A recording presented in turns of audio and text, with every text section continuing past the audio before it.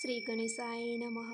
જય શ્રી કૃષ્ણ મિત્રો. વ્રતકથા ગુજરાત યુટ્યુબ ચેનલમાં આપ સૌનું હાર્દિક સ્વાગત કરું છું. આજના આ વિડીયોની અંદર આપણે સાંભળશું 20 માર્ચ 2024 બુધવારના દિવસે આવતી ફાગણ માસના શુક્લ પક્ષની એકાદશીની વ્રતકથા મહિમા સાંભળીશું. ફાગણ માસના શુક્લ પક્ષની એકાદશીનું નામ આમલકી એકાદશી છે અને આંબળા એકાદશી પણ કહે છે. આ એકાદશી સર્વ પાપ હરનારી અને 1000 ગાયોના દાનનું પુણ્ય આપનારી કહેવાય છે. માટે આ એકાદશીનો વ્રતનો મહિમા વિશેષ છે. આ દિવસે આંબળાના વૃક્ષની પૂજા કરવાનો પણ મહિમા છે. આ વ્રત કરનારે સવારે વહેલા ઉઠી સ્નાન આદિથી પરવારી પવિત્ર સ્વચ્છ વસ્ત્ર ધારણ કરવા, ત્યાર પછી ઘરના મંદિરમાં ધૂપ દીપથી પૂજા કરવી, વ્રતનો સંકલ્પ કરવો, રાત્રે જાગરણ કરવું, બ્રહ્મચર્ય વ્રતનું પાલન કરવું, બીજા દિવસે પારણા કરવા, આ પ્રમાણે વ્રત કરવું. તો આપણે સાંભળીશું આમલકી એકાદશીની વ્રત કથા. જો આપને આ વિડીયો પસંદ આવે તો વિડીયોને લાઈક, શેર, સબસ્ક્રાઇબ જરૂરથી કરજો. આમલકી એકાદશીની વ્રત કથા. એક વખત મદાતાએ વશિષ્ઠ મુનિને પૂછ્યું, હે ઋષિવર પ્રભુ,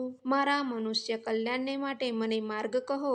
ત્યારે વશિષ્ઠ મુનિએ ફાગણ સુદ 11 આમલકી એકાદશીનું મહાત્મય સમજાવ્યું. પ્રાચીન કાળમાં વેદિશ નામે એક સુંદર નગર હતું. આ નગરીમાં ચારેય વર્ણના લોકો આનંદપૂર્વક નિવાસ કરતા હતા. આ નગરમાં કોઈ નાસ્તિક નહોતું. સમગ્ર પ્રજા પ્રભુ પરાયણ હતી.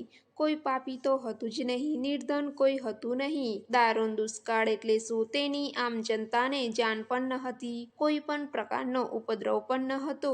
સોમવંશમાં જન્મેલો ધર્માત્મા નામનો રાજા પરમ વિષ્ણુ ભક્ત હતો. સુદ કે વદ પક્ષની એકાદશીના રોજ કોઈ અન્નનો આહાર કરતું નહીં. રાજાને ચિત્રરથ નામે પુત્ર હતો. તે પણ ધર્મપરાયણ હતો.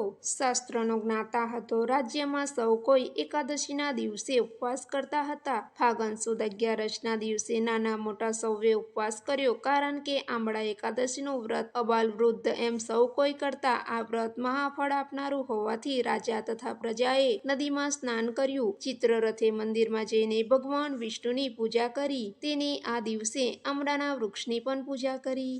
કુંભમાં પંચરત્ન, સુગંધિત દ્રવ્યો, ચંદન વગેરે પધરાવી કુંભનું શાસ્ત્રોક્ત વિધિ અનુસાર સ્થાપન કરાવ્યું. કુંભ પર છત્ર ધરાવ્યું. પછી ભગવાન પરશુરામની સ્થાપના કરી. અર્જન પૂજન કરી પ્રાર્થના કરી, હે જામદગ્ન્ય, હે જમદગ્નિ મુનિના પુત્ર, હે રેણુકા માતાના આનંદની અભિવૃદ્ધિ કરનારા, આપ તો આંબળાના વૃક્ષની છાયામાં વિરાજી ભક્તિ અને મુક્તિનું વરદાન આપનારા છો. હું આપને પ્રેમપૂર્વક નમસ્કાર કરું છું. ત્યાર પછી સ્વચ્છ પાણીની અંજલિથી આંબળાના વૃક્ષને અર્ધ આપે છે. વૃક્ષની પ્રદક્ષિણા કરે છે. સમગ્ર પ્રજાએ પણ ચિત્રરથનું અનુસરણ કર્યું. પ્રજાએ પણ પ્રદક્ષિણા કરી અને રાત્રે જાગરણ કર્યું. તે વખતે એક હિંસક પારધી ત્યાં વિચળ્યો. તેને પોતાના પરિવારના પોષણ માટે અનેક પાપો કર્યા હતા. અનેક પશુ પંખીઓની હિંસા કરી હતી.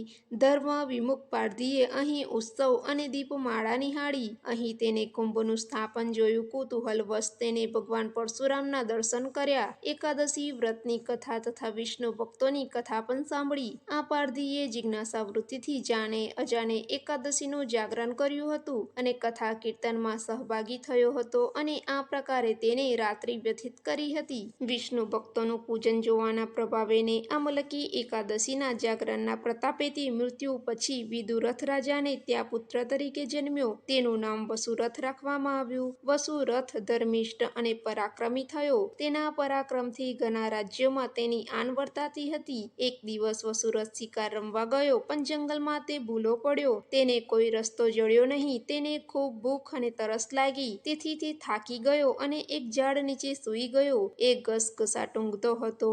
એવામાં પાસેના ડુંગર ઉપર વસતા યવન લોકો ત્યાં આવ્યા અને પોતાને હરાવનાર દુશ્મન રાજાને જોઈને તેઓ તેને ઊંઘતો મારી નાખવાનો વિચાર કરવા લાગ્યા. વસુરથ રાજાએ યવનોના ઘણા લોકોનો નાશ કર્યો હતો. તેથી વેરભાવે યવનોએ તેને મારવા શસ્ત્રો ચલાવ્યા, પણ વસુરથ ઉપર એમના શસ્ત્રો ચાલ્યા નહીં. તેથી તેઓ ગભરાયા અને નાસભાગ કરવા લાગ્યા. તે સમયે રાજાના શરીરમાંથી દિવ્ય આભૂષણો વાળી શક્તિરૂપ એક કન્યા ઉત્પન્ન થઈ. આ કન્યાની અંગારા વરસાવતી આંખો હતી. તેના હાથમાં આયુધો હતા અને ક્રોધિત સ્વરૂપે તે યવનોને મારવા દોડી અને ઘણા યવનોને તેને મારી નાખ્યા. ભક્તોને દુઃખ દેનાર યવન લોકોને તેને સંહાર કર્યો. જ્યારે રાજા વસુરત જાગ્યો ત્યારે તેને ભૂમિ પર અનેક યવનોના મળદા જોયા. તે જોઈ તે બોલ્યો કે આ ભૂમિના ભારરૂપ યવન લોકોને કોણે માર્યા? તેમને મારીને મારું રક્ષણ કોણે કર્યું? એ એમ વિચારતો હતો તેવામાં આકાશવાણી થઈ, હે રાજા, તારા એકાદશીના પુણ્યે ભગવાને તારી રક્ષા કરી છે. ભગવાન વિષ્ણુએ તારો બચાવ કર્યો છે. આકાશવાણી સાંભળીને ભગવાન વિષ્ણુની પ્રાર્થના કરતો તે પોતાને મહેલ આવ્યો. આમ તેને આમલકી એકાદશીનું ફળ મળ્યું. આમ કહી વશિષ્ઠ મુનિએ મધાતાને કહ્યું, હે રાજન, જે કોઈ માનવી આમલકી એકાદશીનું વ્રત કરશે, ઉપવાસ કરશે કે એ દિવસે વિષ્ણુ પૂજન કરશે ને જાગરણ કરશે, તેને વિષ્ણુ પદ પ્રાપ્ત થશે અને મોક્ષધામ મળશે. વશિષ્ઠ મુનિએ કહેલ આમલકી એકાદશીનું મહાત્મય સંપૂર્ણ આપણે સાંભળી. આમલકી એકાદશીની વ્રત કથા જે સાંભળવી તમને જરૂરથી ગમી હશે તો વિડીયોને લાઇક, શેર, સબસ્ક્રાઈબ જરૂરથી કરજો. જય શ્રી કૃષ્ણ.